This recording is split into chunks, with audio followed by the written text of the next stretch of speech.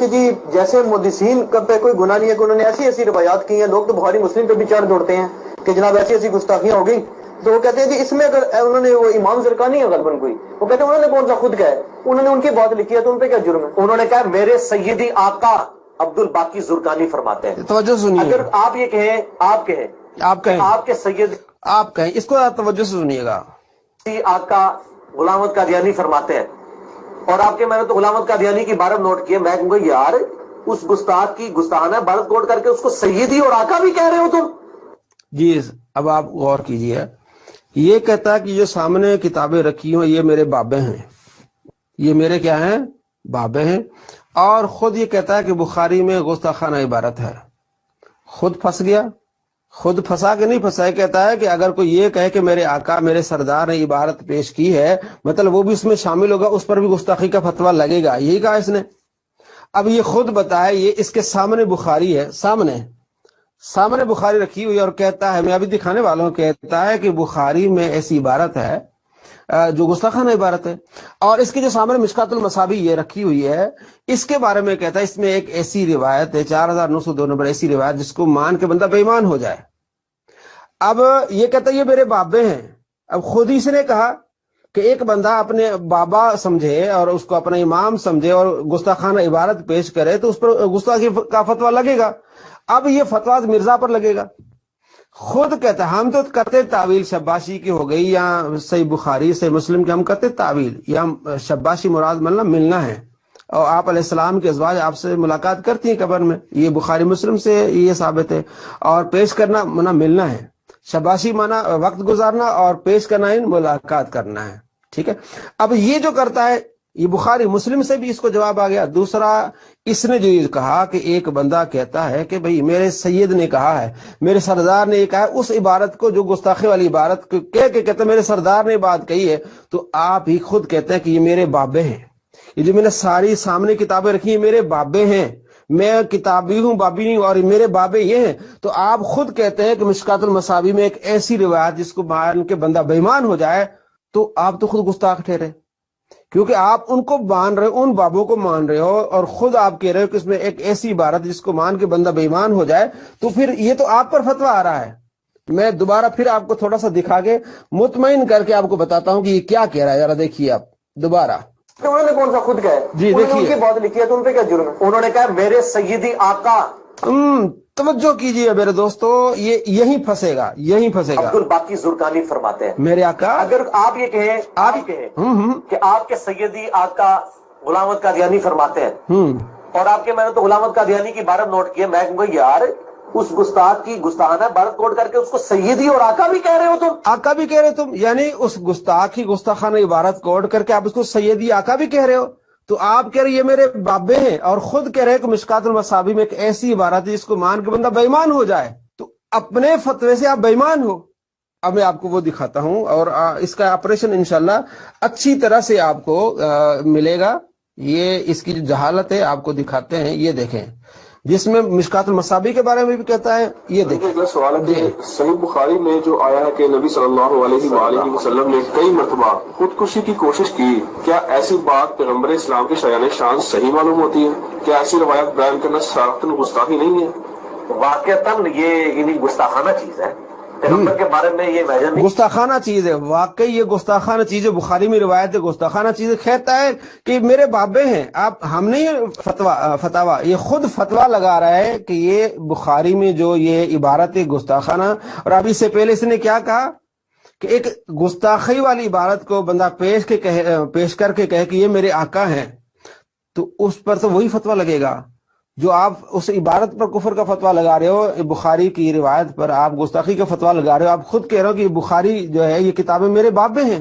آگے دیکھیے جی، کیا جا سکتا کہ وہ خودکشی کی کوشش کریں گے، اور النام ممبروں پہ کہا جائے کہ یہ فسادی کتابیں ہیں، تبدیل ہوئی بھی، اور ان کو چوک میں لا کے آگ لگائی جائے، خالی کہہ کہ جان نہیں چھوٹے، نہ نہیں چھوٹے، آپ لگائیں، پھر آپ لگائیں پھر بخاری کو، ہم نہیں کہہ رہے دوستو، خود کہہ رہا ہے کہ ایسی جو فسادی کتابیں جن میں گستاخی ہیں ان کو علل اعلان چوک پہ رکھے آگ لگا دی جائے۔ یہ اس کے سامنے ایک کتاب رکھی ہوئی ہے، یہ صرف فراڈ ہے، یہ صرف دھوکہ ہے. آگے دیکھیے. بات یہ کہ واقعتاً یہ یعنی گستاخانہ چیز ہے. ہاں جی. پیغمبر کے بارے میں یہ وجہ نہیں کیا جا سکتا کہ وہ خودکشی کی کوشش. بخاری کی صحیح بخاری میں جو روایت ہے، حدیث ہے نا، یہ حدیث کے الفاظ جو ہے نا، یہ متصل سند کے ساتھ نہیں ہے. متصل سند کے ساتھ نہیں ہے. قانون ایک ہونا چاہیے.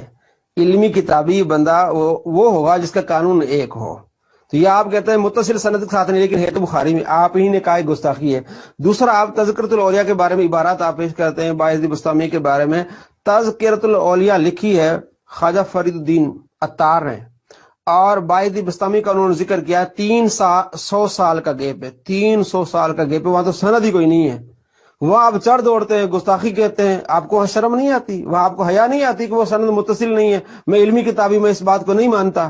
جب سند متصل نہیں، تو جب سند متصل نہ ہونے کے باوجود آپ نے کفر کے فتوے لگائے ہیں، وہاں گستاخی کے فتوے لگائے ہیں، اور یہاں ڈبل گیم، ڈبل پالیسی اور گستاخی بھی کا. آگے دیکھیے اگلی 3 مثالیں جو 3 مثالیں. دل کو تھام دیں. جی دوستو، یہ انسان کو بےمان کرنے والی مثالیں. مثال نمبر 3 مسند امام احمد میں جی جلد 5 صفحہ 136 پر جی بالکل متصل سند کے ساتھ حدیث موجود ہے. اور بدقسمتی کی بات کہ یہ حدیث امام بخاری کی جو کتاب ہے الادب المفرد اس میں بھی موجود ہے. انٹرنیشنل نمبر کے مطابق 936 اور 946 نمبر مسند امام احمد اور الادب المفرد کہ نبی صلی اللہ علیہ وسلم نے فرمایا جو شخص اپنے نسب پر فخر کرے اس کو کہو کہ اپنے باپ کا عضو تناسل کاٹ کے اپنے منہ میں رکھ لے. اور یہ بات کنائے سے نہ کرنا، ڈائریکٹ بات کرنا کہ اپنے باپ کی شرم کا کاٹ کے اپنی زبان پہ رکھ لو اگر تم اپنے جاہلیت والے نسب پہ فخر کرتے ہو. استغفر اللہ توبوا الیہ. حضور ایسی زبان سے بات نکال سکتے؟ سورۃ القلم میں ہے وَإِنَّكَ لَعَلَىٰ خُلُقٍ عَظِيمٍ. نبی صلی اللہ علیہ وسلم اخلاق کے بلند ترین درجے پر فائز ہے.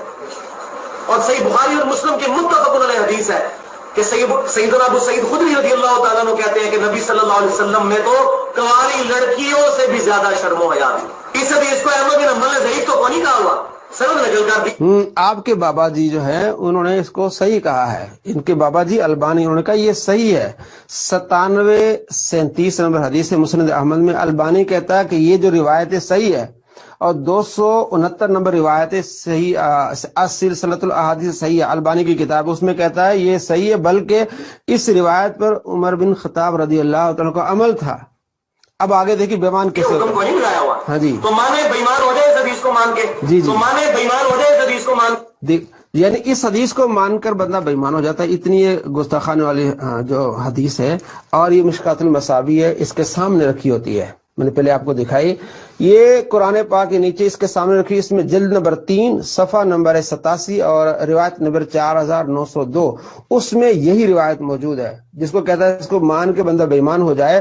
تو آپ نے سامنے کتاب رکھی ہوئی مشکات المصابیح، آپ یہ کہتے ہیں کہ یہ میرے بابے ہیں، اور آپ خود کہتے ہیں کہ اس میں ایک ایسی روایت جس کو مان کے بندہ بےمان ہو جائے. تو آپ تو ہو گئے بےمان. آپ کا اپنا فتویٰ ہے کہ یہ کہتا ہے کہ یہ میرے سردار ہے، گستاخی والی روایت ہونے کے باوجود کہتا ہے کہ یہ میرے سردار ہیں، یہ میرے آقا ہیں، تو وہ بھی گستاخ ہوگا. آپ کا فتویٰ یہ، تو آپ تو کہتے ہیں کہ مشکات المصابیح میں 4902 نمبر روایت جو ایسی ہے جس کو مان کے بندہ بےمان ہو جائے.